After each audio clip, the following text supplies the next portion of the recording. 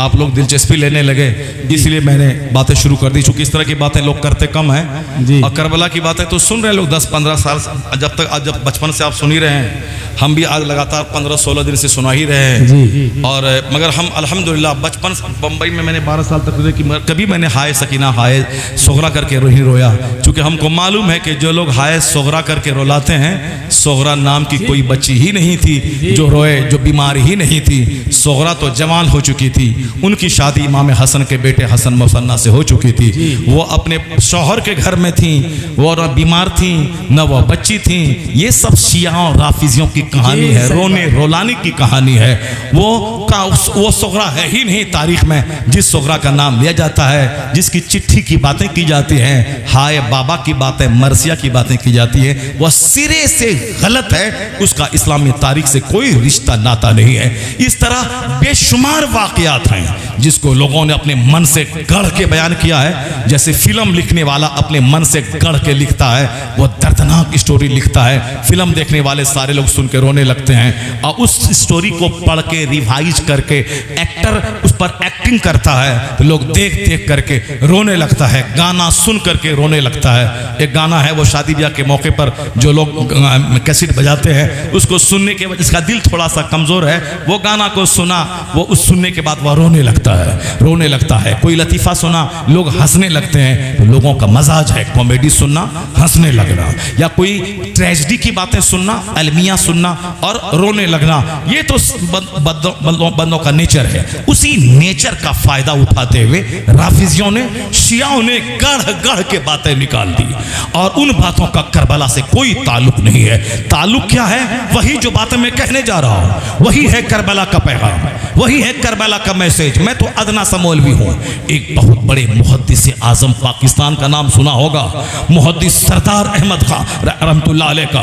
वो बरेली शरीफ में पढ़े थे, मुफ्ती आजम हिंद के ज़माने में वहाँ यहाँ थे।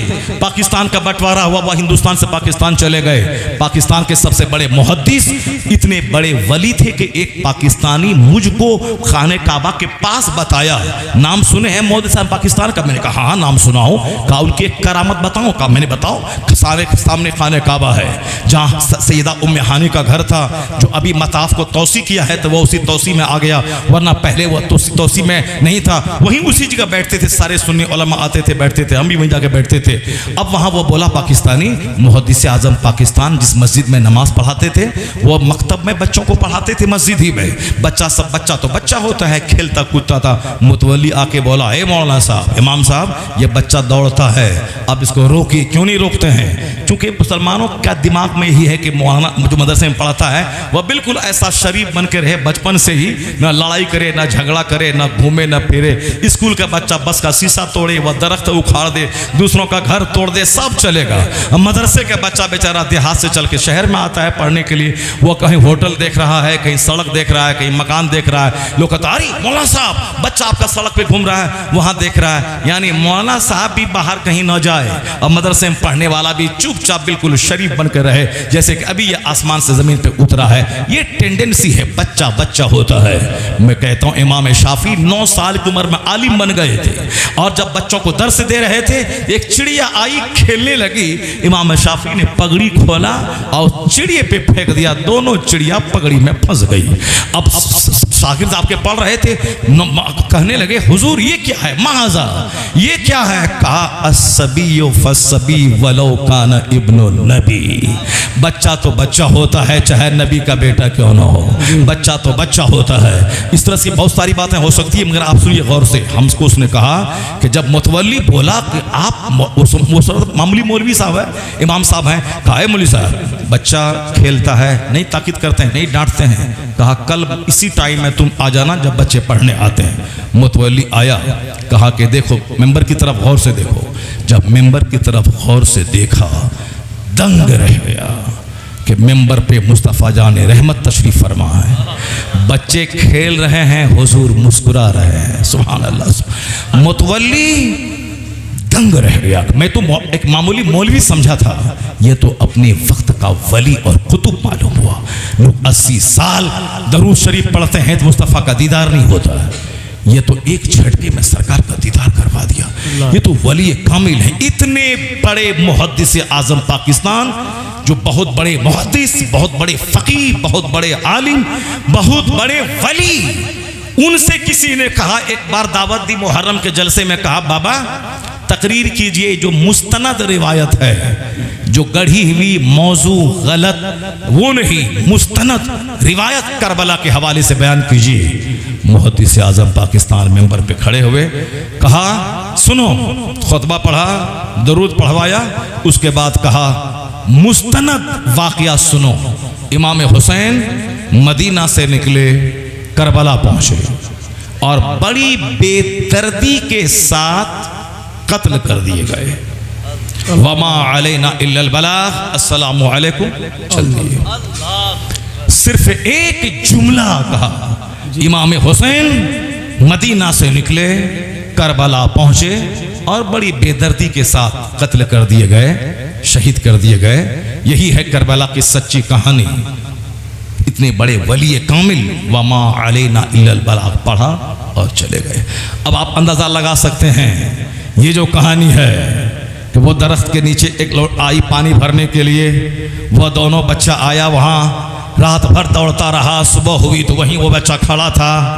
दरोगा आया, पकड़ा, जेल में डाला, जेल से रात भगाया, फिर उसको कहा जाओ इस रास्ते पे अंगूठी दिखा देना, मेरा भाई रखेगा। फिर आया, सुबह हुई, देखा वहीं पड़े हुए हैं, घर लेके गया। हारिस दिन भर तलाश कर रहा था बच्चा को, और उसके बाद वह घोड़ा मर गया। रात में आया, बोला दिन भर मैं थका हूँ, बीवी खाना दिया, बोला क्या करूँ, क्यों परेशान हो, कहा मुस्लिम बिन अकील के दोनों बच्चों को ढूंढ रहा था, और ताकि बहुत बड़ा इनाम मिल जाता इब्न ज़ियाद की तरफ से, मगर मेरा घोड़ा मर गया, दोनों बच्चा का पता नहीं चल सका। रोने की आवाज घर से आई, बोला वो कौन रो रहा है, कहा कोई नहीं रह रहा, चुपचाप सो। रात में रोने की आवाज सुनी, दोनों भाई ख्वाब देखा, बाबा आ गए, कहा हुजूर ने कि तुमने इसको क्यों नहीं लाया, कहा वो पीछे पीछे आ रहे हैं। रोने की आवाज सुनी, हारिस गया, दरवाजा तोड़ा, दोनों बच्चों को निकाला, मख्तल ले गया, उसकी बीवी दौड़ी गई, उसको उठा के मारा, फिर ले गए। बाप छोटा भाई बोला हमको कत्ल मत करो, पहले हमको कत्ल करो, बड़ा बोला हमको करो, दोनों बोल रहा था। फिर तलवार चली, दोनों को कत्ल गर्दन कर दिया और दोनों के सरों को इब्न ज़ियाद के पास पहुंचा दिया। ये हो गया। अब इसका क्या कहेंगे आप? खुद रोना है, दूसरों को रुलाना है। बेशुमार बातें हैं जो राफिजियों, शियाओं, शरीयत के दुश्मनों की तरफ से अहले बैत अतहार को बदनाम करने के लिए ये इन्होंने इस तरह की कहानी गढ़ी, ताकि लोग जाने कि मुस्तफ़ा के घर वाले रो रहे थे, बिलक रहे थे, कोई पुरसाने हाल नहीं था, वह परेशान थे, जालिम बदतमीज। ये मेरे हिंदुस्तान का ख्वाजा है। जब बादशाह ने जुल्म किया तो एक कूजे में सारा अना सागर समेट लिया।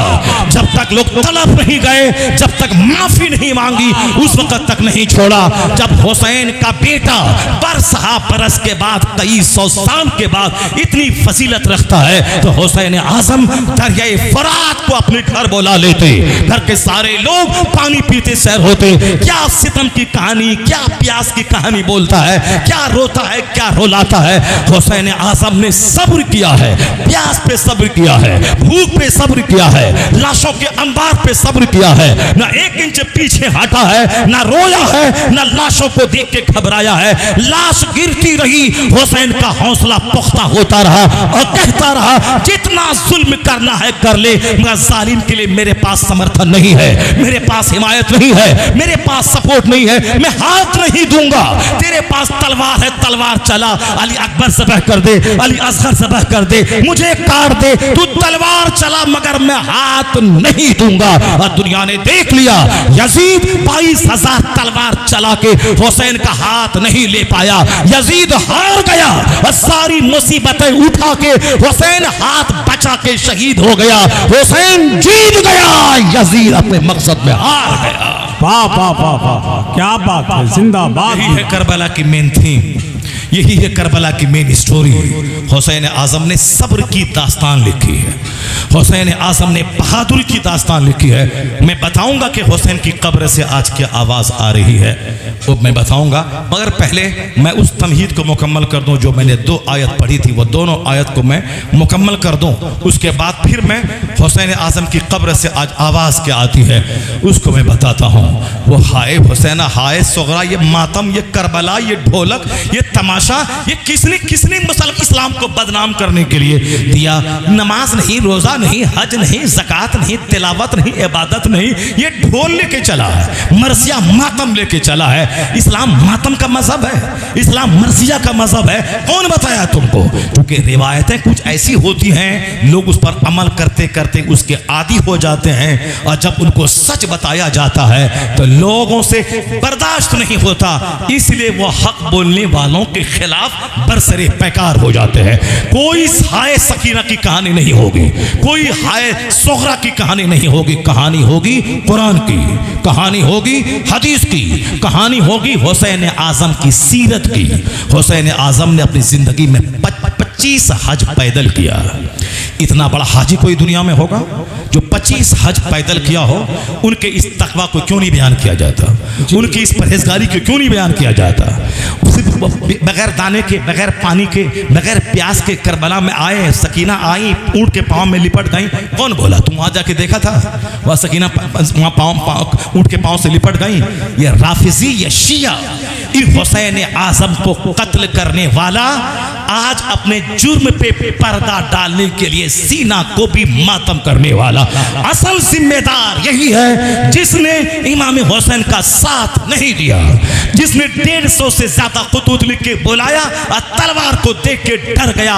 ये डरपोक कल भी डरपोक था जो हुसैन की मदद के लिए नहीं आया, और आज भी ये डरपोक है जो सीना तोड़ता है और चेहरा मारता है। बुखारी की हदीस में आया है, मन ज़रबल हुदूद व शक्कल जुयूब व दाबेदावल जाहिलिया लैसा मिन्ना, ही इज नॉट अमंग अस। वो हमारे दरमियान का नहीं है, वो मेरे घरों का नहीं है। कौन? जो अपना चेहरे पे मारे, जो अपना कपड़ा फाड़े, जो जाहिलियत के दौर की तरह नौहा और मातम करे। हुजूर ने फरमाया वो हमारे घरों में से नहीं है। कोई बता दे कि ज़ैनब ने मातम किया हो, कोई बता दे कि शहर बानो ने अपने सर से दुपट्टा नीचे उतरने दिया हो, कोई बता दे कि इमाम हुसैन की बेटी सकीना वो अपने सर से दुपट्टा नीचे होने दिया हो। जो भी रिवायत है दुपट्टा खींचा, सब झूठ है, सब गलत है। इन खातून ने दुनिया में मिसाल कायम कर दी। जिस तरह हुसैन लाशों के अंबार पे 1 इंच न हटे, उसी तरह के खानदान की औरतें भी लाशों के अंबार पे न सर के बाल नोची,